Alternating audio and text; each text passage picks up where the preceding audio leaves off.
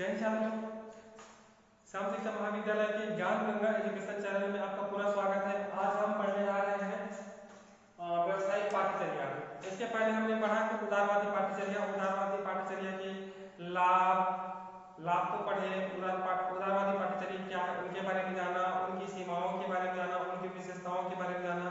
तो आइए जानते हैं हम उदारवादी व्यवसायिक पाठ्यचर्या। तो व्यवसायिक पाठ्यचर्या क्या है? अर्थात ऐसी पाठ्यचर्या जो व्यवसाय पर आधारित हो उसे व्यवसायिक पाठ्यचर्या कहते हैं। उदाहरण के लिए हम देखते हैं एक शिक्षक बना किसी को, है ना, और जो बीएड और डीएड जो पाठ्यचर्या है वह है व्यवसायिक पाठ्यचर्या। ठीक है, अब किसी व्यक्ति को क्या करना है, डीएड या बीएड करना है, तो कहाँ आएंगे? जहाँ पर व्यवसायिक पाठ्यचर्या है वहाँ आएंगे और उनसे संबंधित जो महाविद्यालय है, विद्यालय है, वहाँ जाएंगे। आएंगे नहीं आएंगे, है ना। उसी प्रकार अगर कोई व्यक्ति बीएड करने के लिए आना चाहता है, अर्थात वह शिक्षक बनना चाहता है, अर्थात शिक्षा से संबंधित व्यवसाय करना चाहता है, तो वह महाविद्यालय आएगा और महाविद्यालय में आकर के एक प्रकार से शिक्षक कैसा होता है उनके बारे में वह जानकारी प्राप्त होगा और उनसे संबंधित क्या होगा, प्रशिक्षण प्राप्त करेगा। फिर 2 साल की जो पाठ्यचर्या है वो पूरा करके क्या हो जाएगा, वह एक शिक्षक जो बनना होता है उनके सारे कौशल वह प्राप्त कर लेगा और जैसे ही वैकेंसी वगैरह निकलता है तो उसमें वह अप्लाई करेगा और वह क्या कर सकता है, उससे संबंधित व्यवसाय प्राप्त कर सकता है। तो इस प्रकार जो बीएड पाठ्यचर्या है वह व्यवसाय पर आधारित है। इस प्रकार कह सकते हैं कि व्यवसायिक पाठ्यचर्या उसे कहते हैं जो व्यवसाय पर आधारित है। उसी प्रकार डीएड भी है, उसी प्रकार आईटीआई भी है, उसी प्रकार जो आईटीआई भी है, उसी प्रकार जो क्या बोलते हैं अधिवक्ता अर्थात जो वकील वगैरह बनते हैं वह भी एक व्यवसाय है। फार्मेसी वह भी व्यवसाय पर आधारित है और हो गया इंजीनियर, डॉक्टर, ये सब क्या है, व्यवसाय पर आधारित है। तो ऐसे जो पाठ्यचर्या जिसमें व्यवसाय पर आधारित विषय को क्या किया जाता है, जोड़ा जाता है, उस पाठ्यचर्या को व्यवसायिक पाठ्यचर्या कहा जाता है। तो आइए हम जानने का प्रयास करते हैं कि अनेक महापुरुषों ने, अनेक शिक्षाविदों ने क्या क्या कहा है व्यवसायिक पाठ्यचर्या के बारे में जानते हैं। गांधी जी ने कहा है, सच्ची शिक्षा बालक बालिकाओं के लिए बेकारी के विरुद्ध बीमा होना चाहिए।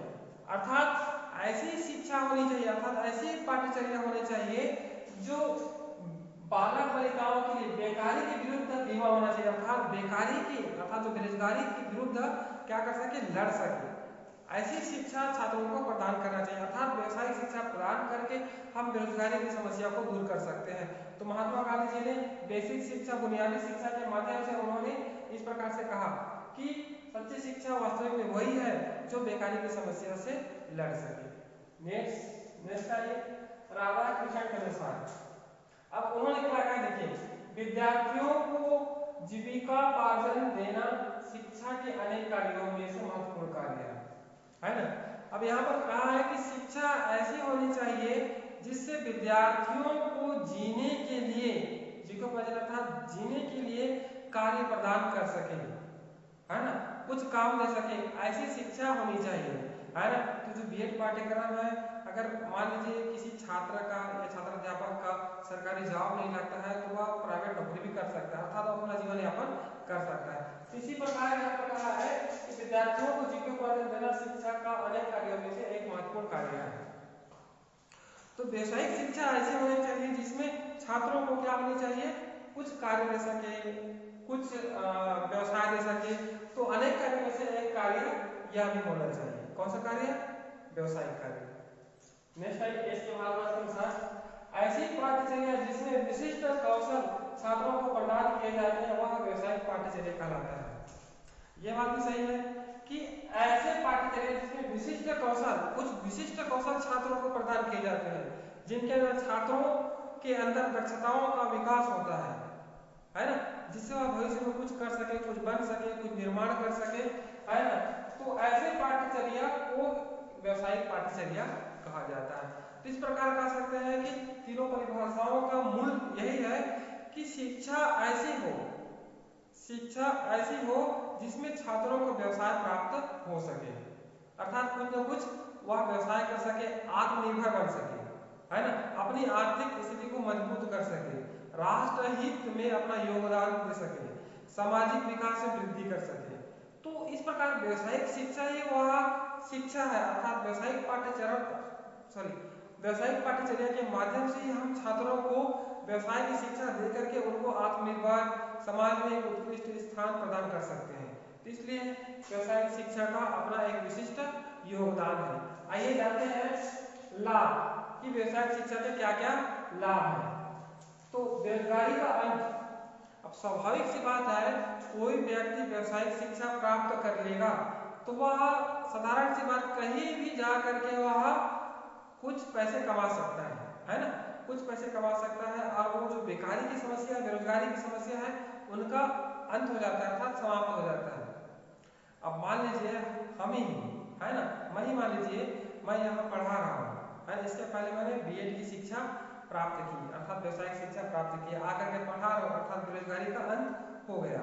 ठीक उसी प्रकार कोई भी व्यक्ति व्यावसायिक शिक्षा प्राप्त करके वह कहीं भी वह बेरोजगार बैठा नहीं रहेगा, वह कुछ न कुछ प्राप्त कर लेगा या वह आत्मनिर्भर हो जाएगा। नेक्स्ट आइए, सरकार पर निर्भरता में कमी।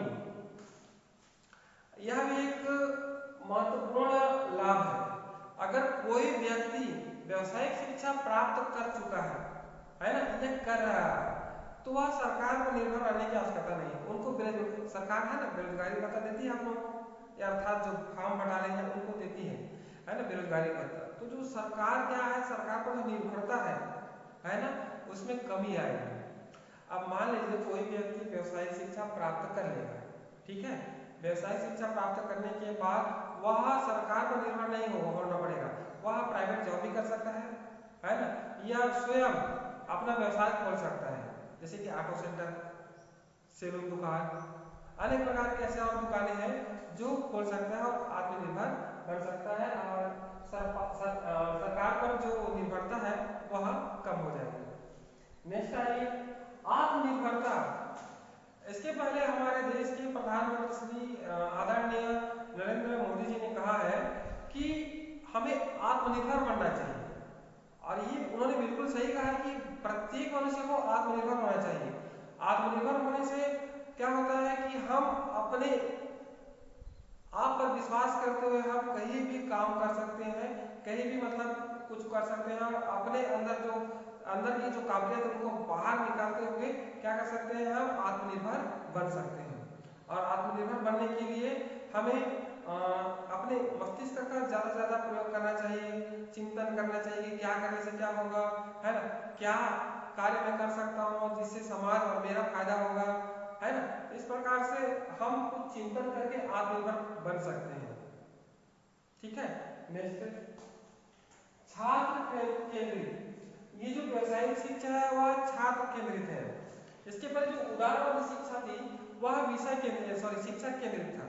शिक्षक केंद्रित इसलिए था क्योंकि उसमें शिक्षा का ज्यादा स्थान था, अर्थात शिक्षक बोलते जाता था, छात्र पढ़ते जाता था। लेकिन इसमें क्या है, जो व्यावसायिक शिक्षा है इसमें क्या होता है कि छात्र इसमें करता है, स्वयं करता है, जैसे टोकरी बनाना है स्वयं कार्य करता है, जैसे कुछ ऐसे आईटी वगैरह केंद्र नहीं होता है, स्वयं घिसते हैं तो वहाँ कुछ कार्य करते रहते हैं, इलेक्ट्रिशियन वाले, और कुछ बिजली को जोड़ करके कुछ नए नए बनाते रहते हैं। इस प्रकार कह सकते हैं कि जो व्यावसायिक शिक्षा है वह छात्र केंद्रित है, अर्थात छात्र इसमें ज्यादा सक्रिय रहता है। नेक्स्ट आइए, आर्थिक विकास को गति।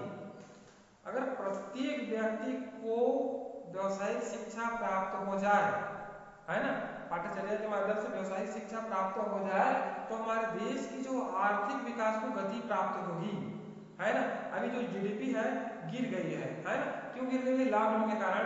इसके पहले भी शायद कुछ कारण थे जिनके कारण हमारे देश की जीडीपी गिर गई है, जो विकास होना चाहिए था वो नहीं हो पाया, है ना। तो इनका एक और कारण है, गिरने के कारण है कि हम आत्मनिर्भर नहीं है। आत्मनिर्भर इसलिए नहीं है कि हम किसी भी क्षेत्र में कौशल या दक्षता प्राप्त नहीं की है। तो अगर हम कौशल दक्षता प्राप्त कर लेंगे तो आर्थिक विकास को हम गति दे सकते हैं, है ना, उनको सुचारू रूप से चला सकते हैं। तो इसलिए हमें आत्मनिर्भर और कौशल प्राप्त होना चाहिए, दक्षता पूर्ण होना चाहिए, जिससे आर्थिक विकास को गति प्रदान किया जा सके। नेक्स्ट आइए, प्रति व्यक्ति आय वृद्धि। अब प्रत्येक व्यक्ति हमारे देश के कौशलों में दक्ष रहेंगे, कोई भी कौशल हो, चाहे डॉक्टर के कौशल हो, इंजीनियरिंग कौशल हो, शिक्षक के कौशल हो, पढ़ाई की कौशल हो, नाई की कौशल हो, कोई भी कौशल में अगर वह दक्ष है तो उनकी जो आय में वृद्धि होगी, प्रति व्यक्ति आय में वृद्धि होगी कि नहीं होगी। कोई भी काम में हम दक्ष रहेंगे तो उन कार्यों को हम अच्छे से कर पाएंगे, अगर अच्छे से करेंगे तो हमारी आय में क्या होगी, वृद्धि होगी। इसलिए कहा गया है प्रति व्यक्ति आय में वृद्धि होगी। नेक्स्ट आइए, उत्पादकता में वृद्धि होगी।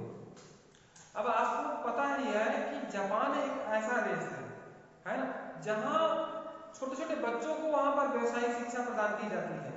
कुछ साल पढ़ने के बाद उनको व्यवसायिक शिक्षा प्रदान की जाती है। व्यवसायिक शिक्षा के द्वारा वहाँ अनेक अनेक मशीनों का निर्माण किया जाता है, मशीनों का निर्माण किया जाता है और कुछ, और आपको ये भी पता होगा कि वहाँ 3-4 दिन के अंदर मतलब एक न एक भूकंप आता ही है, मतलब त्रासदी आ रही है। उसके बावजूद भी आज वहाँ विकसित देशों की श्रेणी में आ रहा है। इसलिए आ रहा है क्योंकि वहाँ की हर बच्चे व्यवसायिक शिक्षा प्राप्त कर रहे हैं और राष्ट्रीय विकास को गति प्रदान कर रहे हैं। इसलिए क्या है, वहाँ की उत्पादकता में वृद्धि आ रही है। वहाँ हर एक सामान का निर्यात दूसरे देशों में किया जाता है ना, लेकिन हमारे देश में ऐसा नहीं है। इसलिए क्या है, हमारे देश को व्यवसायिक शिक्षा सही ढंग से प्राप्त नहीं हो पा रही है, या कुछ ऐसी ही मतलब कमी है जिनके कारण बच्चों को व्यवसायिक शिक्षा प्राप्त नहीं हो पा रही है, जिससे क्या हो रहा है, उत्पादन में वृद्धि नहीं हो पा रही है। तो इसलिए अगर छात्रों को व्यवसायिक शिक्षा प्रदान करनी है, अगर प्रत्येक छात्र या प्रत्येक व्यक्ति व्यवसायिक शिक्षा प्राप्त कर ले तो उत्पादकता में वृद्धि आएगी, जो उत्पादन क्षमता है उसमें वृद्धि आएगी, चाहे वह उद्योग हो या छोटे उद्योग हो या बड़े उद्योग हो। नेक्स्ट आइए, कुशल श्रम की उपलब्धता। अगर अब प्रत्येक व्यक्ति मान लीजिए अब किसी काम में दक्षता प्राप्त कर ली है ना, कोई भी काम, डॉक्टर, इंजीनियर, कारपेंटर, सिलाई, फार्मेसी, ITI, जितने भी कोर्स है उसमें दक्षता प्राप्त करनी है तो कहीं भी कुशल व्यक्ति हमें प्राप्त हो जाएगा। ठीक है, अभी किसी विद्यालय में मान लीजिए वैकेंसी निकलता है, कक्षा 1 से 12वीं तक पढ़ाना है, तो हमारे राज्य में बहुत से ऐसे मतलब शिक्षक, भावी शिक्षक है जो बेरोजगार बैठे हैं, है ना, वो कुशलताओं में दक्ष है, अर्थात शिक्षक की जो कुशलता में दक्ष है। जैसे विज्ञापन निकलता है, लाखों करोड़ों क्या होता है, विज्ञापन वहां पहुंच जाता है, पहुंचता नहीं पहुंचता है, अर्थात कुशल श्रम की उपलब्धता हो जाती है। नेक्स्ट आइए, सामाजिक व्यवस्था का निर्माण। अब देखिए किस प्रकार व्यवसायिक पाठ्यचर्या सामाजिक व्यवस्था का निर्माण करती है, सामाजिक व्यवस्था का निर्माण करती है। मान लीजिए जो व्यक्ति कुशल है, दक्ष है, और वह अपने काम में लग गए, अर्थात सरकारी जॉब में लग गए, वो तो ठीक है, लेकिन जो व्यक्ति नहीं लगे है ना, अभी बेरोजगार है, मतलब बेरोजगार है ना, तो उस व्यक्ति को क्या कर सकते हैं, हम अपने कार्य में लगा सकते हैं, अपने सामाजिक कार्य में लगा सकते हैं और समाज को नई गति प्रदान कर सकते हैं। ठीक है, समाज को नई गति प्रदान कर सकते हैं और सामाजिक ढांचे का निर्माण कर सकते हैं। तो इस प्रकार कर सकते हैं कि कुशल जो श्रमिक है उनकी आवश्यकता के कारण सामाजिक व्यवस्था में सुधार किया जा सकता है। तो ये हो गया आज, आप थोड़ा आगे बढ़ेंगे, ठीक है। आइए जानते हैं व्यवसायिक पाठ्यचर्या की सीमाएं, मतलब व्यवसायिक पाठ्यचर्या की क्या क्या सीमाएं हैं उनके बारे में जानते हैं। तो पहला है प्राथमिक स्तर पर कठिन, अर्थात जो व्यवसायिक शिक्षा या बच्चों को दिया जाएगा, अर्थात प्राथमिक 1 से लेकर 8 तक की कक्षाओं को दी जाएगी, तो प्राथमिक स्तर बच्चों के लिए कठिन होगा, वह उनको सही ढंग से नहीं कर पाएगा क्या, अर्थात व्यवसाय पर आधारित उनको शिक्षा प्रदान करेंगे तो वो सही ढंग से नहीं कर पाएगा। इसलिए प्राथमिक स्तर पर व्यवसायिक शिक्षा प्रदान करना कठिन है। इसलिए ये व्यवसायिक पाठ्यचर्या की पहली मतलब माइनस पॉइंट है। नेक्स्ट है संसाधनों का अभाव। व्यवसायिक शिक्षा के अंतर्गत बहुत से ऐसे संसाधनों की आवश्यकता होती है जिन्हें छात्रों को संपादित कराना होता है, संचालित कराना होता है ना, तो इसलिए बहुत से संसाधनों का अभाव देखा जाता है, जैसे कि प्रशिक्षण शिक्षकों की कमी है ना, कुछ संसाधनों की कमी जो एक विद्यालय में आवश्यक है उस विद्यालय से संबंधित है ना, तो उन संसाधनों की कमी देखी जाती है। नेक्स्ट आई महंगी पाठ्यचर्या। महंगी पाठ्यचर्या यह है कि मान लीजिए हम फार्मेसी का कोर्स कर रहे हैं, ठीक है, फार्मेसी का कोर्स कर रहे हैं, इसके लिए बहुत से किट लगेगा, स्कोप लगेगा, सूक्ष्मदर्शी लगेगा, बहुत सारे सामान लगेगा, है ना। और सामान लगेगा तब जाकर के हम फार्मेसी कोर्स में हम दक्षता प्राप्त कर पाएंगे। इस प्रकार का कहता है कि महंगी पाठ्यचर्या है। नेक्स्ट आइए सभी के लिए अनुपयुक्त। अब भारत एक विशाल देश है ना, सभी व्यक्ति ये जो पाठ्यचर्या है अर्थात व्यवसायिक पाठ्यचर्या नहीं कर पाएंगे। इस नहीं कर पाएंगे क्योंकि जो धनी व्यक्ति जिनके पास पैसे हैं वही महंगी वाली पाठ्यचर्या या जो व्यवसायिक शिक्षा प्राप्त कर पाएंगे, सभी के लिए एक समान नहीं हो पाएगा। और थोड़ा सा देखते हैं, मान लीजिए जिनका परसेंट कम है, जिनका प्रतिशत कम है वह भी व्यवसायिक शिक्षा प्राप्त नहीं कर पाएगा।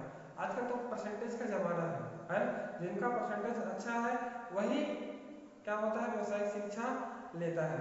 अभी फिलहाल ऐसा ही हुआ इस साल कोरोना महामारी की वजह से कि जिनका परसेंट ज़्यादा है अर्थात प्रतिशत के आधार पर क्या लिया जा रहा है, वो छात्रों को लिया जा रहा है, और जिनका प्रतिशत कम है वो नहीं ले पाएगा। इसलिए कहा गया है कि सभी छात्रों के लिए, सभी व्यक्तियों के लिए यह अनुपयुक्त है। नेक्स्ट आइए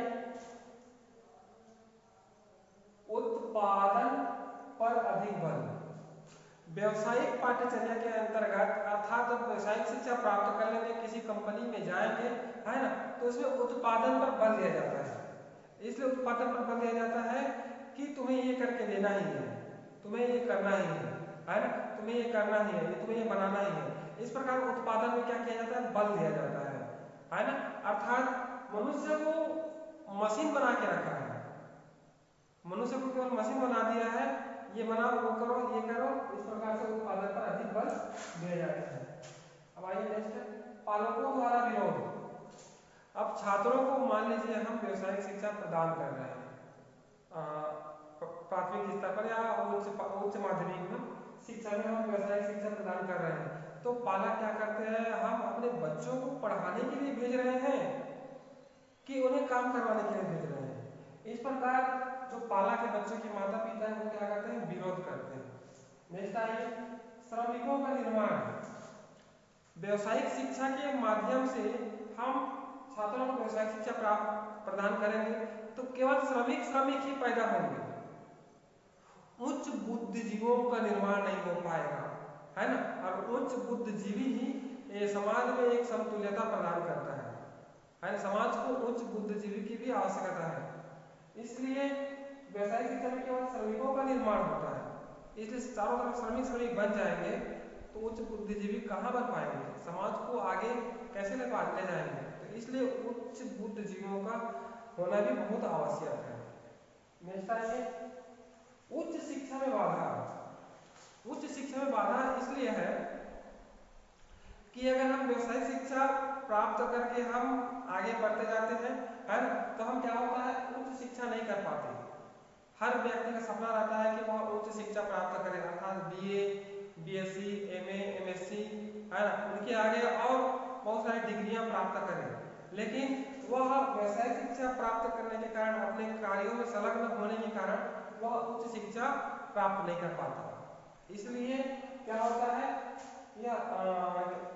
इसलिए यह होता है कि वह अपने काम में लगा रहता है और उच्च शिक्षा प्राप्त नहीं कर पाता, इसलिए उच्च शिक्षा में बाधा उत्पन्न होती है। तो ये हो गया व्यवसायिक पाठ्यचर्या की सीमाओं के अंतर्गत ये 7-8 सीमाएं हैं, और भी बहुत सारी सीमाएं हो सकती है, आप उनको नीचे ऐड कर सकते हैं, ठीक है। नेक्स्ट आइए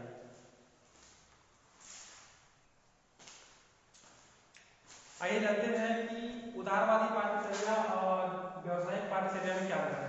इसके पहले हमने उदारवादी और व्यवसायिक पाठ्यचर्या दोनों को जाना कि उदारवादी पाठ्यचर्या क्या है और व्यवसायिक पाठ्यचर्या क्या है। जानने के बाद फिर भी हम उनमें अंतर करते हैं।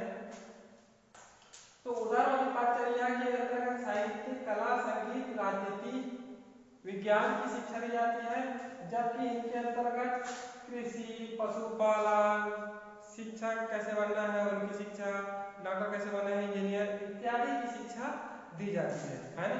ये व्यवसाय पर आधारित होती है और ये संगीत कला पर, ठीक है, कला पर।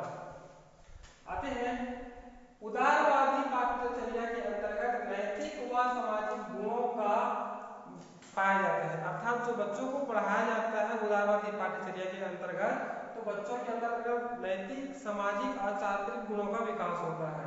लेकिन इनके अंतर्गत व्यवसायिक पाठ्यचर्या के अंतर्गत केवल व्यवसायिक गुणों का विकास होता है, अर्थात व्यवसाय पर आधारित शिक्षा देने के कारण व्यवसायिक गुणों का विकास होता है। किसी जो व्यवसाय कर रहे हैं या व्यवसायिक शिक्षा प्राप्त कर रहे हैं उसी विषय में दक्षता प्राप्त करेंगे।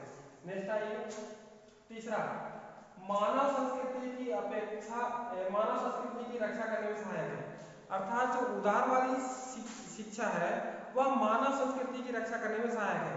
कैसे कि किस प्रकार हम उदारवादी शिक्षा प्राप्त करके बच्चों के अंदर नैतिक, सामाजिक और चारित्रिक गुण करके हम क्या कर सकते हैं, मानव संस्कृति की रक्षा कर सकते हैं। लेकिन व्यवसायिक शिक्षा में क्या होता है, केवल जीविकोपार्जन की शिक्षा दी जाती है, इसलिए जीविकोपार्जन में ज्यादा वह क्या होते हैं, दक्ष होते हैं, कुशल होते हैं। नेक्स्ट आइए चौथा, रोजगार जीविकोपार्जन से संबंध नहीं है, अर्थात उदारवादी पाठ्यचर्या कोई रोजगार जीविकोपार्जन से संबंध नहीं होता है, लेकिन व्यवसायिक शिक्षा जीविकोपार्जन से संबंध रहता है, ठीक है, रखता है। नेक्स्ट आइए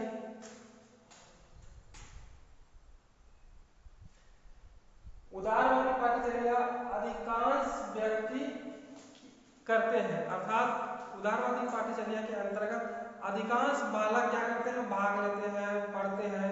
लेकिन जो व्यवसायिक पाठ्यचर्या के अंतर्गत केवल चुनिंदा लोग ही पढ़ते हैं, जिनका परसेंटेज अच्छा है वो पढ़ते हैं, या जिन्होंने परीक्षा परिणाम के द्वारा क्वालिफाई कर लेते हैं, अर्थात पास हो जाते हैं, जो प्री एग्जाम होता है वो व्यक्ति कर पाते हैं। इस प्रकार कह सकते हैं केवल चुनिंदा व्यक्ति ही व्यवसायिक शिक्षा प्राप्त करते हैं। नेक्स्ट आइए उदारवादी पाठ्यचर्या के अंतर्गत छात्रों में सांस्कृतिक विकास होता है, अर्थात संस्कृति के बारे में जानकारी प्राप्त होती है कि हमारी संस्कृति क्या है, हमारी सभ्यता क्या है, हमारी राजनीतिक व्यवस्था क्या है, हमारी परंपराएं क्या है, उन सारे अंगों के बारे में क्या होती है, जानकारी प्राप्त होती है।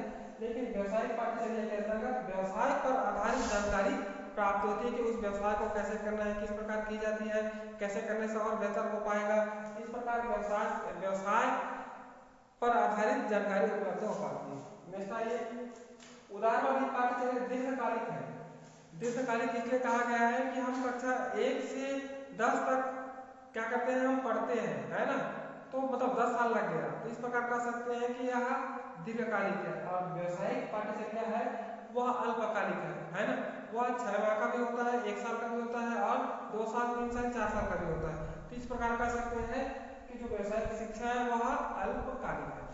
नेक्स्ट आइए उदारवादी पाठ्यक्रम में औपचारिक विद्यालय की आवश्यकता होती है ना, आप अधिकतर देखेंगे कि औपचारिक विद्यालय में ही मतलब उदारवादी पाठ्यचर्या पढ़ाया जाती है। लेकिन व्यवसायिक पाठ्यचर्या के अंतर्गत औपचारिक विद्यालय के साथ साथ परिवार, वंशानुक्रम और समाज से भी हम व्यवसाय से आधारित कार्य सीखते हैं। सीखते कि नहीं सीखते हैं?